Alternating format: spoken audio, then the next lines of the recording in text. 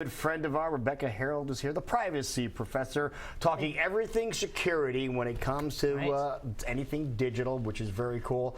And she was the first person, we talked about this over the past week or so, you're the first person I contacted after getting home and getting a very strange message on my answering machine. So much so, based on your advice, I went and met with a government organization here in town, and here is the message. I'm going to play this on my little microphone here. This is what I got at home, folks, when I got home the other day. Hello. We have been trying to reach you. This call is officially a final notice from IRS, Internal Revenue Services. The reason of this call is to inform you that IRS is filing lawsuit against you.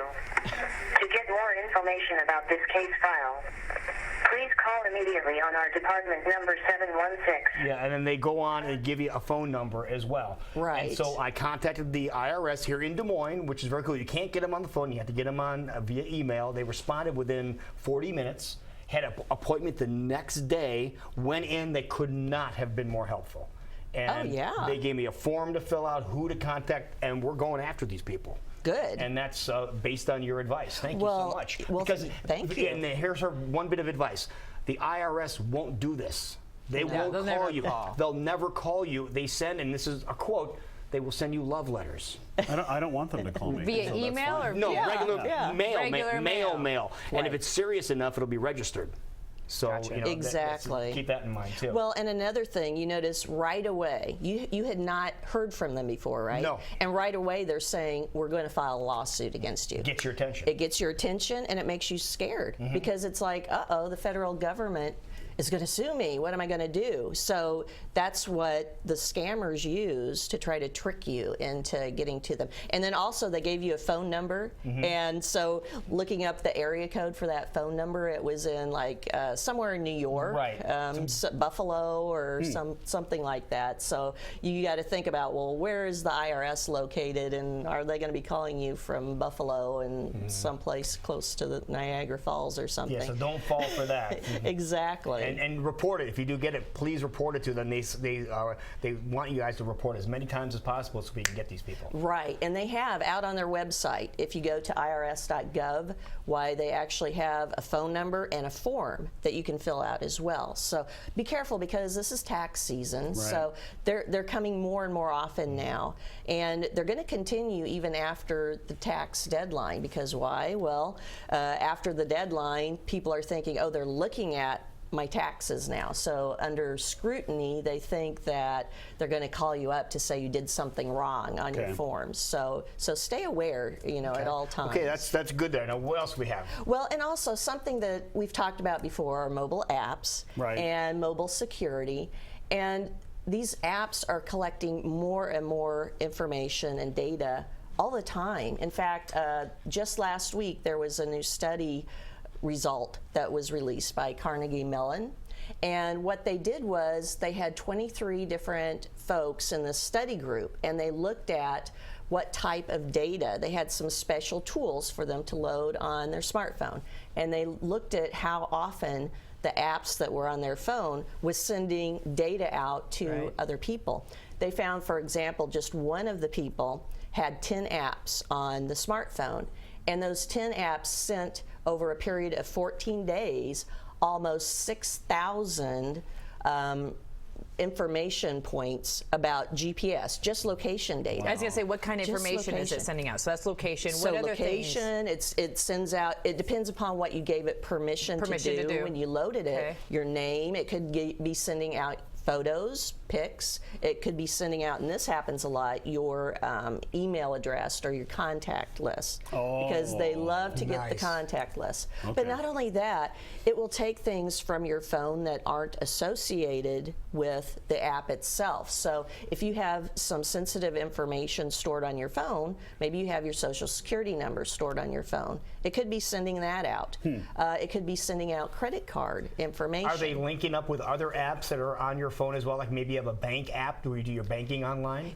Well, and that's a great question, because if there's not security on those apps, it will be doing that. So you need to make sure that it has good security, and one of the things that can help you a lot is using encryption on your smartphone.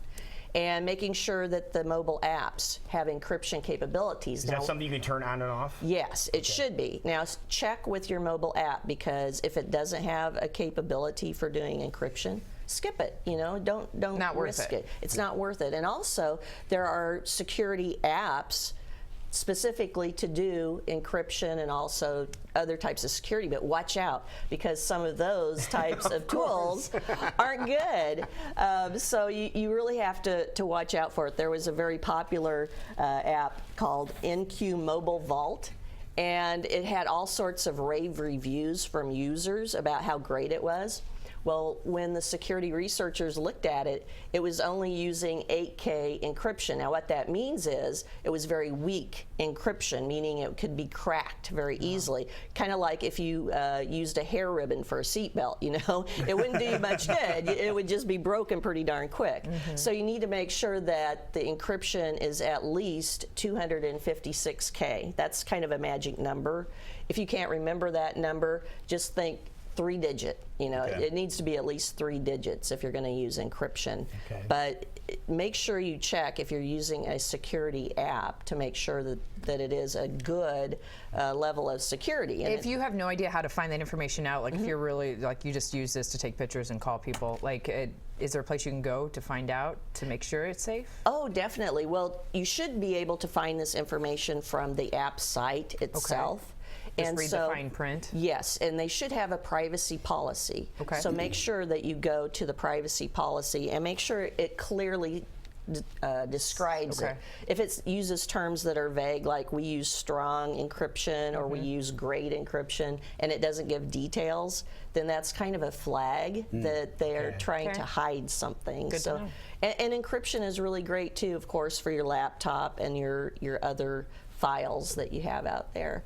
I don't know if you saw the headlines yesterday, how they'd broken into the White House. Yes. Well, you know, a lot of that data, they said, well, it wasn't sensitive, but telling where he's going to be at any minute during the day, that's kind of sensitive. Well, and you wouldn't expect them to tell us that it was sensitive. Of course they're going to say it wasn't, you know. Well, yeah, of course. But, you know, when I was watching that, I was thinking, why aren't they encrypting that transmission of the data? Why aren't they encrypting that data in storage? Because that way, if people break into a system or break into a data file where all of this is stored, they wouldn't be able to get to it, because encryption makes it so you can't tell what data is. It scrambles it using a strong algorithm or formula to make sure that it's... All right, we need to tell people how they can find out more information where you're at and how you can give them some assistance too. Yes, here's one of my sites. I have a big question mark there. So if you want to find out more, or if you have a question like when you got your mysterious call, you know, click the question mark. And Rebecca answers rather quickly too, I might add. If I'm not up in the air or something. I do that. And this also? Yes, and this is my new business. This is the business that I have that helps organizations to strengthen their security and privacy. So when they're giving you all of these tools and services, I'm trying to help them to do better security and make sure that they're addressing your privacy rights and that they're not sharing information inappropriately. I was going to say, if they're not even doing it at the top at the White House, maybe you're not thinking about it. You might want to think about it in your own business. And another site, this is my consulting site, and again, click on the question mark if you have questions. Like we talked about those app managers. You know, there's a list of them, and it depends upon what type of phone you use. So if you just send me a question, I can point you to a list. Wonderful. Yeah, and a lot of the app-a-days that we get from this lady right here. So thank you very much. Yeah, thank you. Thanks for being here. I appreciate it. And follow her on Twitter. Tell everybody your Twitter handle. Privacy Prof. So get out there, and I love being on Twitter and sharing information out there. Perfect. It is 8:52.